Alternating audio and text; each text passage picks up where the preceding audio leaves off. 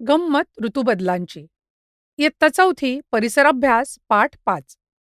पृथ्वीच्या सूर्याभोवतीच्या फिरण्यामुळे आणि पृथ्वीच्या कललेल्या आसामुळे ऋतुबदल होतात. उन्हाळा, पावसाळा आणि हिवाळा हे तीन प्रमुख ऋतू आपल्या जीवनावर, आहारावर, पोशाखावर आणि निसर्गावर खूप मोठा परिणाम करतात. ऋतू कसे तयार होतात? पृथ्वी स्वतःभोवती तसेच सूर्याभोवती प्रदक्षिणा करताना पृथ्वीचा आस 23 अंश 30 अंश कललेला आहे. उत्तर ध्रुव सूर्यासमोर आल्यावर उत्तर गोलार्धात दिवस मोठा होतो व उन्हाळा सुरू होतो. त्याच वेळी दक्षिण गोलार्धात हिवाळा असतो. तापमानातील बदलांमुळे वारे निर्माण होतात. सागरावरून बाष्पयुक्त वारे येतात आणि पाऊस पडतो. अशा प्रकारे पृथ्वीवर उन्हाळा, पावसाळा व हिवाळा हे तीन ऋतू तयार होतात. ऋतुबदलाचा मानवी आरोग्यावर परिणाम. शारीरिक बदल. थकवा, अंगदुखी यांसारखे शारीरिक बदल जाणवतात. आहारात बदल. ऋतूनुसार आहारात योग्य बदल करणे आवश्यक असते. पोशाखात बदल.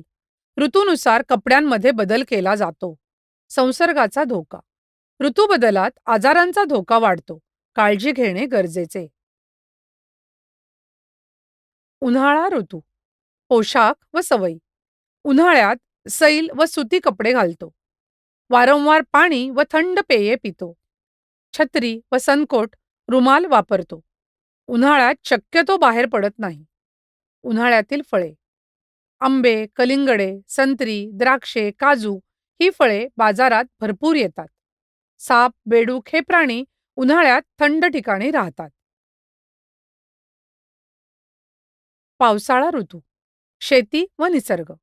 जून महिन्यापासून पावसाला सुरुवात होते. सगळीकडे हिरवळ दिसते. शेतकरी पेरणीच्या कामाला सुरुवात करतो. रानभाज्यांचा आहारात वापर होतो. बचाव व काळजी.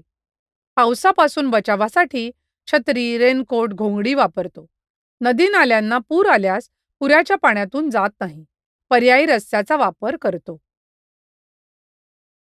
हिवाळा ऋतू आणि ऋतूनुसार आहार.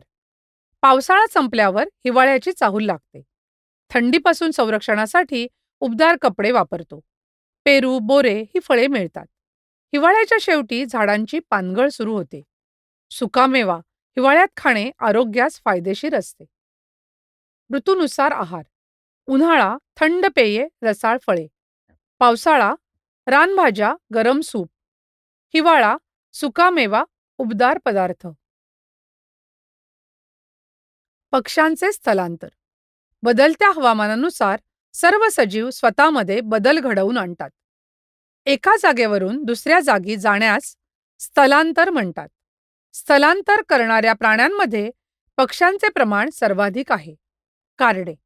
हवामान बदल, अन्नाची उपलब्धता आणि पिल्लांचे संगोपन यासाठी पक्षी हंगामी स्थलांतर करतात. प्रवास. पक्षी हजारो किलोमीटर अंतर प्रवास करतात. जास्तीत जास्त पक्षी हिवाळ्यात भारतात येतात. उदाहरण: सातारा जिल्ह्यातील मायणी पक्षी अभयारण्य हे महाराष्ट्रातील प्रसिद्ध स्थलांतर ठिकाण आहे. वृक्ष लागवड सप्ताह व आपण काय शिकलो. वृक्ष लागवड सप्ताह. पावसाळ्यात 1 ते 7 जुलै दरम्यान वृक्ष लागवड सप्ताह साजरा केला जातो. वनमहोत्सवात शतकोटी वृक्षारोपण. एक पेड माँ के नाम असे उपक्रम राबवले जातात. आपण काय शिकलो. ऋतुबदल पृथ्वीच्या कललेल्या आसामुळे होतात. ऋतुबदलाचा मानवी जीवनावर परिणाम होतो. ऋतूनुसार पोशाख व आहारात बदल होतो. पक्षी हवामानानुसार स्थलांतर करतात.